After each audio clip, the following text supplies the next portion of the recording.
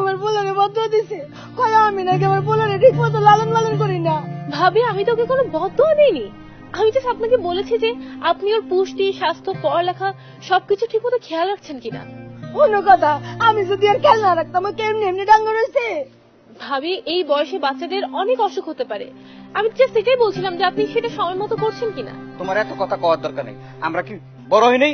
আমরা ভালোই আছি।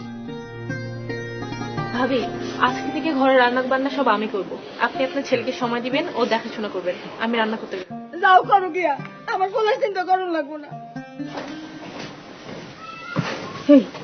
শুনছো কি হয়েছে? আর সেটা কও। তাকাও না, তাকাইলে কেমনি কমু? বাবা রে, কোন জ্বালায় পড়লাম। এই চোখ দিয়ে শুনবো না কান দিয়ে? আমার তো কান খোলা ছিল, চোখটা বন্ধ ছিল। এই বড় বউ আর মাইজ যাবো আবার ঝগড়া বাঁধাচ্ছে রান্না নিয়ে। এটা তো নতুন কিছু না, এটা তো পুরান, বহুত দিন যাবত এই ঘটনা চলতেছে।